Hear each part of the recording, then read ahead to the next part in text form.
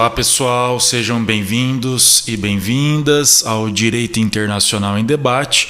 Eu sou o professor Danilo Garnica Simini e hoje, conforme vocês sugeriram nas nossas redes sociais, nós vamos bater um papo sobre Direito Internacional na OAB, como que essa matéria vem sendo cobrada nos exames da ordem. Uma primeira questão muito importante que eu quero chamar a atenção de vocês é que existe um diálogo, digamos assim, entre a prova de internacional e a prova de direitos humanos. Direito internacional são duas questões e direitos humanos também são duas questões. Mas se vocês olharem a prova de direitos humanos, muitas vezes ela acaba cobrando temáticas, temas que também se relacionam com direito internacional, especialmente a temática do direito internacional dos direitos humanos. Então, essa é uma primeira dica que eu quero dar para vocês. Para a prova de direitos humanos, que acaba se confundindo com direito internacional, eu daria duas dicas, não é? Primeiro, a OAB gosta muito de cobrar questões envolvendo a Convenção Americana de Direitos Humanos, ou também chamada de Pacto de São José da Costa Rica. Então essa é a minha primeira dica, que serve tanto para a prova de internacional como também para a prova de direitos humanos. Uma outra normativa, por assim dizer, que é muito cobrada ou na prova de direitos humanos ou na prova de direito internacional é a Lei 13.445 de 2017, a chamada Lei de Imigração. Vocês sabem que essa lei ela revogou o Estatuto do Estrangeiro, que era uma lei de 1980, uma lei ainda, digamos, um resquício da época da ditadura militar. Então, essas duas normativas, a Convenção Americana de Direitos Humanos e a Lei 13.445 de 2017, são leis muito importantes, são normas muito importantes, tanto para a prova de direitos humanos, como também para a prova de direito internacional. Bom, eu selecionei aqui as três últimas provas da primeira fase da OAB, para a gente bater um papo então sobre o que vem caindo, o que vem sendo cobrado dos candidatos na primeira fase.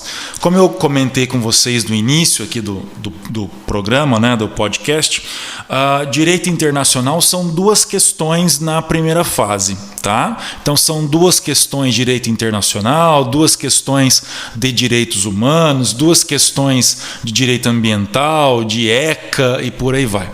Muitos alunos e muitas alunas falam assim, então não vou nem perder tempo com essas matérias porque são apenas duas questões. Pessoal, se vocês forem somando duas questões de direitos humanos, duas questões de direito internacional, duas questões de ECA, duas questões de ambiental e por aí vai, você tem um número razoável aí de questões. Se você conseguir acertar pelo menos metade de cada uma dessas matérias, você já consegue uma pontuação relevante aí para você conseguir a sua aprovação na primeira fase, tá? Então, começando pela última prova de primeira fase, que foi realizada ano passado, que foi o exame número 31. A prova foi aplicada dia 9 de fevereiro de 2020, antes aí da pandemia explodir no Brasil, Então eu peguei aqui a prova branca, tipo 1. Tá? Então, se você quiser pegar no site da FGV, tem lá todas as provas disponíveis para acompanhar aqui comigo essa discussão, esse bate-papo. Bom, nós temos então duas questões aqui, que são as questões 20 e 21. A questão número 20, ela trata da lei de imigração. Então, é o seguinte enunciado. Em razão da profunda crise econômica e da grave instabilidade institucional que assola seu país, Pablo resolve migrar para o Brasil, uma vez que neste último há melhores oportunidades para exercer seu trabalho e sustentar sua família. Em que pese Pablo possuir a finalidade de trabalhar, acabou por omitir tal informação, obtendo visto de visita na modalidade de turismo para o Brasil. Considerando-se o enunciado acima, à luz da Lei de Imigração em vigor, Lei número 13.445 de 2017, assinale a afirmativa correta. Então percebam que no enunciado já deixou claro, olha, você tem que responder essa questão de acordo com a Lei 13.445 de 2017, que é a nossa Lei de Imigração atual. Se vocês olharem os enunciados vão abordar institutos muito importantes do direito internacional. Então, vamos ver aqui, ó. Letra A. Se Pablo, com visto de visita, vier a exercer atividade remunerada no Brasil, poderá ser expulso do país. Então, na letra A, nós temos aqui a questão da expulsão do estrangeiro. A expulsão é um instituto previsto na Lei de Imigração, mas a expulsão ela acontece, ela se dá por questões criminais. Então, o estrangeiro comete um crime no Brasil e ele pode ser expulso do Brasil. Tomem cuidado, não é qualquer crime que autoriza a expulsão do estrangeiro. Então, são aqueles crimes previstos no Estatuto de Roma, do Tribunal Penal Internacional, ou um crime comum doloso, passível, punível com pena privativa de liberdade. Tá? Então, percebam que não é o caso do Pablo. O Pablo não chegou a cometer nenhum crime aqui no Brasil para ser expulso. Então, a letra A da questão número 20 está errada. Letra B. Se Pablo, com visto de visita, vier a exercer atividade remunerada no Brasil, poderá ser extraditado do país. A letra B trata então da extradição. Pessoal, aqui no podcast, no Direito Internacional em Debate, nós já gravamos um episódio sobre extradição, tá? Então eu recomendo fortemente que você que está estudando para a prova da OAB, escute este podcast sobre extradição aqui no Direito Internacional em Debate, tá? O episódio já está disponível. Mas, em linhas gerais, né? Como que funciona na extradição? Então, a pessoa cometeu um crime na Argentina e fugiu para o Brasil, por exemplo. Então, o governo argentino pede a extradição desse indivíduo para o governo brasileiro. Não é o caso do Pablo. O Pablo não cometeu um crime no país dele. Ele veio para o país dele em busca de melhores oportunidades, etc. Tá? Então, não é o caso aqui de extradição do Pablo. Portanto, a letra B está também errada. Letra C. Pablo poderia solicitar, bem como obter, visto temporário para acolhida humanitária, diante da grave instabilidade institucional que assola o seu país. É a letra C. Então, a correta é a letra C da questão 20. O visto temporário para acolhida humanitária, ele está previsto na Lei de Imigração, na Lei 13.445 de 2017, que é justamente esses casos aí do Pablo, né? A pessoa deixa seu país em razão de uma grave crise, de uma grave instabilidade e por aí vai. Então ele pode solicitar ao governo brasileiro um visto temporário para acolhida humanitária. Então ficou número 20, letra C. A letra D, só para a gente eliminar aqui, diz assim: Pablo poderá obter asilo em razão da profunda crise econômica que assola seu país. Então percebam que na letra D nós estamos falando do asilo político. Lembrando que aqui no podcast, no Direito Internacional em Debate, nós também já gravamos um episódio sobre asilo político, ok? Então também recomendo a você que está estudando Direito Internacional para a prova da OAB que escute o nosso episódio sobre asilo político. Em linhas gerais, como que funciona no asilo político? A pessoa está sendo perseguida por suas opiniões políticas no seu país, ou está sendo imputado a essa pessoa a prática de um crime político. Então, esse indivíduo ele vai e procura asilo por parte de outro país. Tá? Então, não é o caso aqui do Pablo, porque o Pablo não está sendo perseguido politicamente. Tá? Então, a questão número 20 do exame 31, prova tipo 1 branca, a alternativa correta, letra C, de casa. Né? Bom, questão número 21. A questão número 21 é uma questão mais relacionada ao direito internacional privado. E aqui um outro detalhe, né? Vocês sabem que o direito internacional nós temos direito internacional público, direito internacional privado, direito do comércio internacional, direito internacional penal e por aí vai. Na OAB não dá para saber, gente, se serão duas questões de internacional público, se serão duas questões de internacional privado e por aí vai.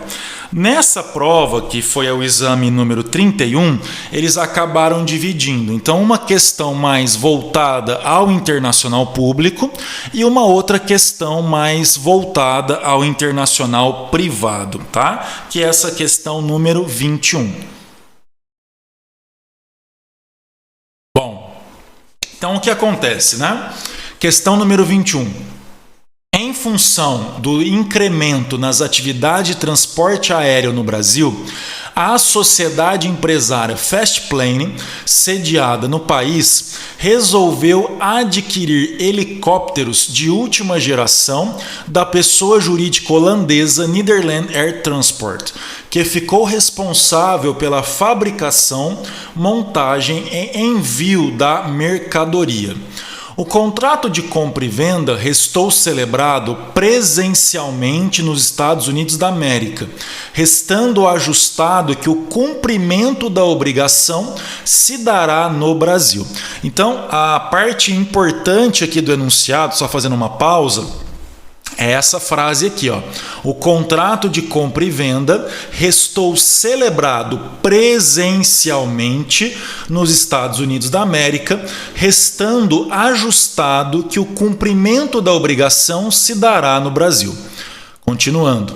No momento de receber as aeronaves, contudo, a adquirente verificou que o produto enviado era diverso do apontado no instrumento contratual.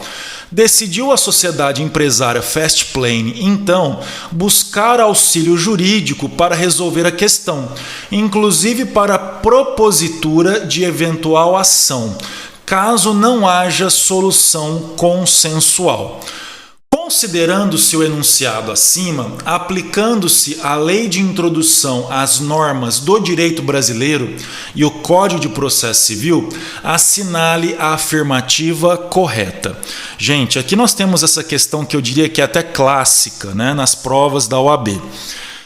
Nas provas da OAB, é muito comum questões que envolvam contratos e também competência internacional. Tá? Aqui no podcast Direito Internacional em Debate, nós já gravamos também um episódio sobre competência internacional. Tá? Então, se você não ouviu ainda, vale a pena ouvir para você que está estudando para a prova da OAB, o episódio sobre competência internacional, de acordo com o CPC. Então, nessas questões, a OAB vai confundir um pouquinho a cabeça, né? Ela vai perguntar coisas envolvendo a lei aplicável ao contrato, que é uma questão mais direito civil, e também vai perguntar qual o judiciário competente de qual país para analisar essa ação decorrente desse contrato. Então vamos ver aqui as alternativas. Então, letra A. A lei aplicável na solução da questão é a holandesa, em razão do local de fabricação e montagem das aeronaves adquiridas. Gente, aqui nós temos que responder de acordo com a Lindby. Esse contrato ele foi assinado de forma presencial nos Estados Unidos. Isso está lá no enunciado. Então, de acordo com a Lindby, em relação aos contratos celebrados entre partes presentes, aplica-se a esse contrato a lei do país de sua celebração. Então, se o contrato foi assinado nos Estados Unidos, consequentemente, aplica-se ao contrato a lei dos Estados Unidos e não a lei da Holanda. Então, a alternativa A está errada. Letra B. A autoridade judiciária brasileira será competente para processar e julgar eventual ação proposta pela Fastplane, mesmo se estabelecida cláusula de eleição de foro exclusivo estrangeiro, em razão do princípio da inafastabilidade da jurisdição. Então, na letra B, nós temos aqui a ideia de cláusula de eleição de foro. Pessoal, a cláusula de eleição de foro está indicada no artigo 25 do Código de Processo Civil. Nós também falamos da cláusula de eleição de foro aqui no podcast, no episódio de competência internacional. Então, mais uma vez, se você não ouviu esse episódio de competência internacional, eu recomendo que faça aí, escute, né, esse episódio, tá? Então, mas em linhas gerais, o que seria a cláusula de eleição de foro? Através dessa cláusula, as partes indicam no contrato qual o judiciário será o competente para analisar aquela questão, aquela ação decorrente desse contrato, tá? Então, assim, aqui fala, na letra B, né? A autoridade judiciária brasileira será competente, mesmo que estabelecida uma cláusula de eleição de foro exclusivo estrangeiro. Não, se por acaso as partes no contrato tivessem escolhido, sei lá, o judiciário da Argentina, seria o judiciário da Argentina e não o judiciário brasileiro o competente para analisar essa ação, tá? Então a letra B de bola está errada. Letra C. A autoridade judiciária brasileira tem competência exclusiva para processar e julgar eventual ação a ser proposta pela Fastplane para resolver a questão, né?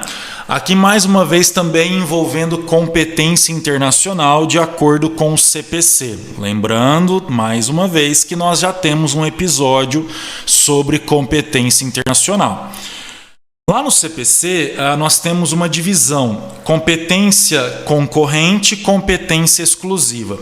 Na competência exclusiva, a ação deve ser proposta obrigatoriamente no judiciário brasileiro. Tá? Que são aquelas hipóteses indicadas no artigo 23 do CPC de 2015.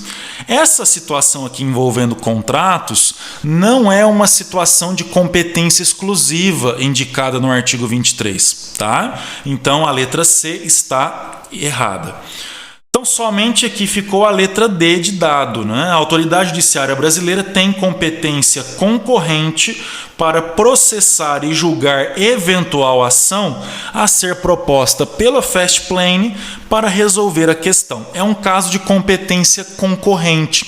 Se vocês olharem os artigos 21 e 22 do CPC, que tratam de competência concorrente, num dos incisos está escrito que o judiciário brasileiro poderá analisar a questão se o Brasil for o local de cumprimento da obrigação, que é justamente esse caso aqui do enunciado, né? Como eu disse lá em cima, ficou ajustado que o cumprimento da obrigação se dará no Brasil.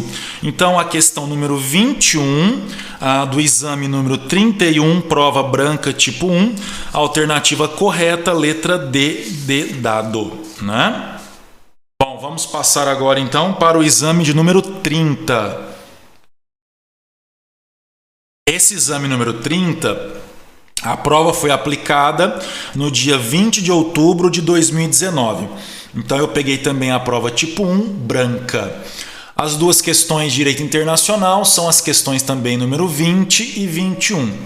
A questão número 20, ela trata da arbitragem internacional. Nós também, aqui no Direito Internacional em Debate, gravamos um episódio específico tratando da arbitragem internacional. Então, se você não ouviu esse episódio, eu também recomendo que o faça, tá? Então, questão número 20. Uma arbitragem conduzida na Argentina, segundo as regras da Câmara de Comércio Internacional, condenou uma empresa com sede no Brasil ao pagamento de uma indenização à sua ex-sócia argentina. Para ser executável no Brasil, esse laudo arbitral. Gente, uma decisão estrangeira, para que ela possa ser executada no Brasil, ela precisa antes ser homologada perante o Superior Tribunal de Justiça, o STJ, tá? Seja uma decisão judicial ou uma decisão arbitral, né? Um laudo arbitral, uma sentença arbitral estrangeira. Então ficou a letra C, precisa ser homologado pelo STJ por ser laudo arbitral estrangeiro, tá? Então, mais uma vez, nós temos um episódio aqui no podcast somente sobre arbitragem internacional, onde eu expliquei toda essa questão da homologação do laudo arbitral estrangeiro perante o STJ. Então, número 20, letra C. A 21, ela trata de sucessões.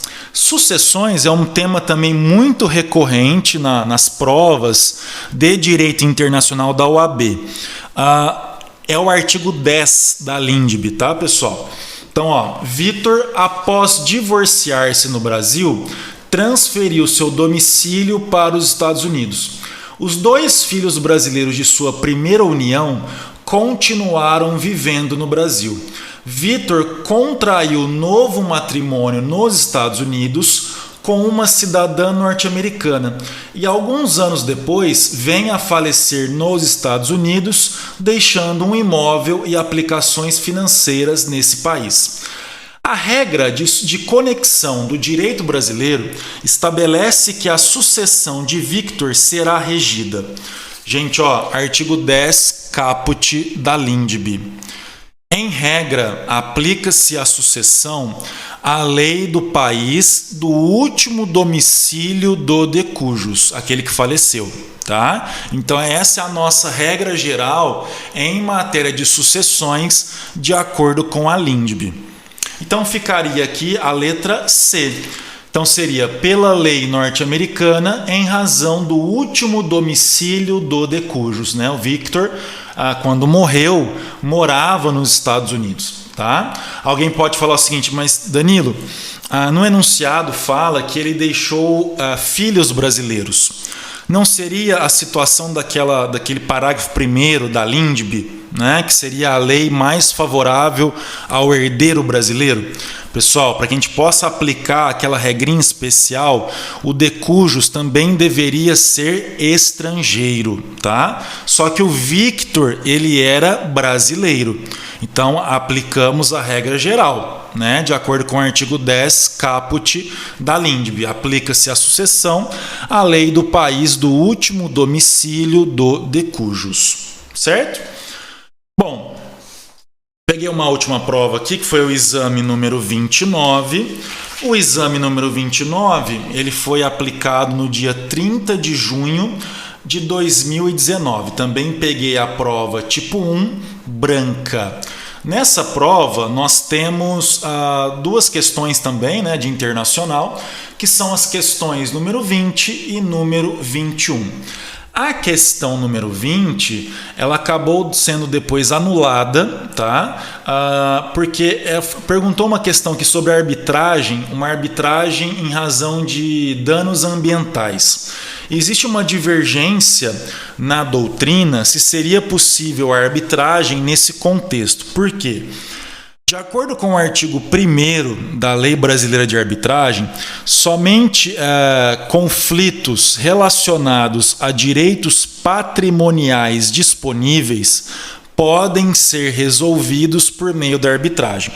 Então, existe uma discussão se esse conflito, né, seria ou não conflito disponível ou indisponível.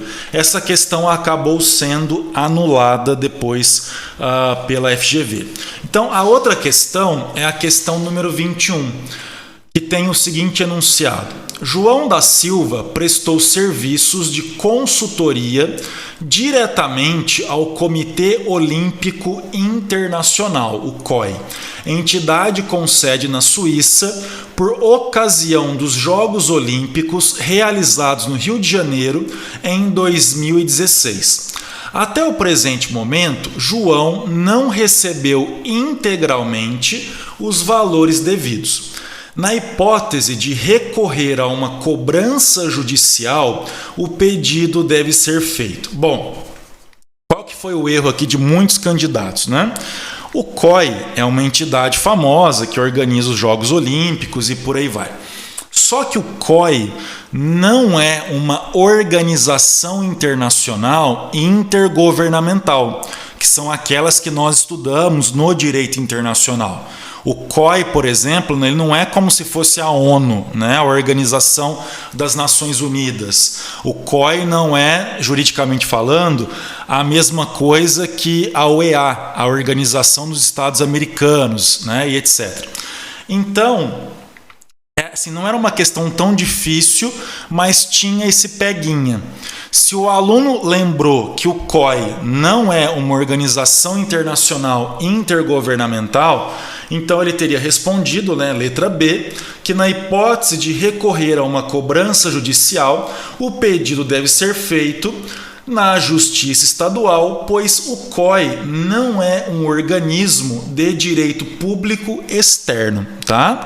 Então, por mais que o COI tenha uma atuação internacional, da mesma forma que a FIFA, por exemplo, também, o COI não é uma organização internacional intergovernamental, certo? Então, percebam que eu peguei aqui 3 provas da OAB, da FGV, que foram as 3 últimas provas, tá? Para vocês entenderem um pouco como que o direito internacional ele vem sendo cobrado nas provas da ordem, né, nos exames da OAB. Então, mais uma vez, existe um diálogo muito grande entre a prova de direito internacional e a prova de direitos humanos. Eu recomendo que vocês façam a leitura da Convenção Americana de Direitos Humanos, dos direitos que estão ali reconhecidos, e também como que funciona o Sistema Interamericano de Direitos Humanos, a Comissão Interamericana e a Corte Interamericana de Direitos Humanos. Para ajudar vocês, nós também temos aqui já gravado, já disponível, um episódio, que foi nosso primeiro episódio, falando sobre o Sistema Interamericano de Direitos Humanos. Nós gravamos esse episódio porque ano passado, em 2020, o Brasil sofreu mais uma condenação na Corte Interamericana de Direitos Humanos, certo? Então, pode ser que na próxima prova a OAB pergunte alguma coisa sobre sistema interamericano, sobre convenção americana. Então, escutem aí esse episódio, caso não tenham escutado. A OAB também pergunta bastante, tem perguntado muito sobre a lei de imigração, seja na prova de direito internacional ou na prova de direitos humanos, que é a Lei 13.445 de 2017. Um outro tema clássico é o tema da extradição. Nós também temos um episódio aqui no podcast específico, né, sobre extradição. Então, escutem também esse episódio. Mais voltado ao direito internacional privado, nós temos contratos também relacionando com competência internacional, que nós também temos um episódio aqui já gravado, e também a OAB gosta bastante de questões relacionadas à temática das sucessões, certo? Então, são algumas dicas aí para a prova de direito internacional da OAB que também acabam servindo para a prova de direitos humanos. Mas é o que eu sempre falo, façam as provas anteriores. Além de estudar a teoria, a legislação, as súmulas, etc., também façam as provas anteriores. Olhem, né, como que os assuntos estão sendo cobrados pela FGV. Tá? É um treinamento muito importante para você que vai prestar a prova da OAB. Ok? Gente, então, aqueles que quiserem fazer sugestões, críticas para o nosso podcast, nós temos página no Facebook, nós temos página no Instagram. Agora nós estamos contando com uma parceria muito legal, muito bacana. Queria agradecer a Amanda Moraes, que está fazendo toda a parte aí gráfica do podcast, os layouts, as artes dos episódios e tudo mais. Nós também criamos um e-mail, tá? Que é internacionalindebate@gmail.com. Então, se você quiser mandar algum comentário pelo e-mail, entrar em contato com a gente, estamos à disposição, certo? É isso aí, pessoal. Espero que tenham gostado. Até a próxima. Um forte abraço.